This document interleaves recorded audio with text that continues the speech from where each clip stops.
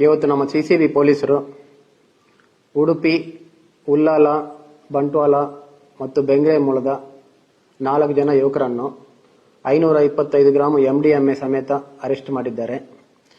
ಇವರೆಲ್ಲರೂ ಕೂಡ ಮಂಗಳೂರು ಸಿಟಿ ಮತ್ತು ಡಿಸ್ಟ್ರಿಕ್ಟ್ ಆದ್ಯಂತ ಕೂಡ ಯುವಕರೆಲ್ಲರಿಗೆ ವ್ಯವಸ್ಥಿತವಾಗಿ ಡ್ರಗ್ಸ್ ಸಪ್ಲೈ ಮಾಡ್ತಾ ಇದ್ದವರಾಗಿದ್ದಾರೆ.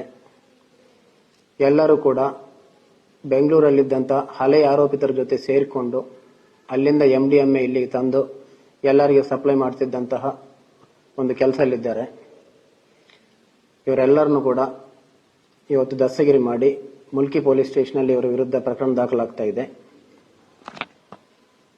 ಇಷ್ಟೇ ಅಲ್ಲದೆ ಬಹಳಷ್ಟು ಜನ NDPS ಕೇಸಲ್ಲಿ ಅರೆಸ್ಟ್ ಆಗಿದ್ರೆ 6 ತಿಂಗಳು ಅಥವಾ 1 ವರ್ಷದ ನಂತರ ಬೇಲ್ ತಗೊಂಡು ಹೊರಗೆ ಬರಬಹುದು ಅಂತ ಹೇಳಿ ಅನ್ಕೊಳ್ತಾ ಇರಬಹುದು.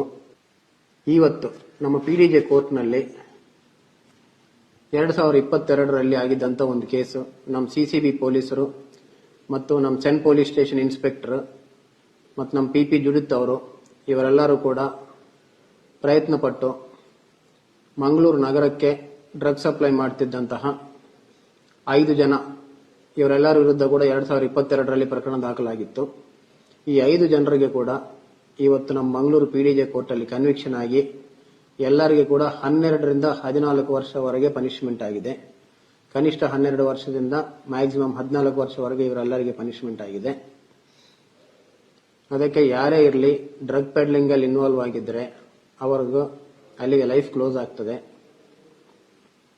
12 ವರ್ಷದಿಂದ ಕನಿಷ್ಠ 12 ವರ್ಷದಿಂದ 20 ವರ್ಷವರೆಗೂ ಪನಿಷ್ಮೆಂಟ್ ಆಗ್ತದೆ ಇದರಲ್ಲಿ. ಆದ್ದರಿಂದ ಎಲ್ಲರೂ ಕೂಡ ಈ ಡ್ರಗ್ಸ್ ವ್ಯಸನ ಮತ್ತು ಪೆಡ್ಲಿಂಗ್ ಇದಕ್ಕೆ ದೂರವಾಗಿರಬೇಕಂತ ಹೇಳಿ ತಿಳಿಸ್ತಾ ಇದ್ದೀವಿ.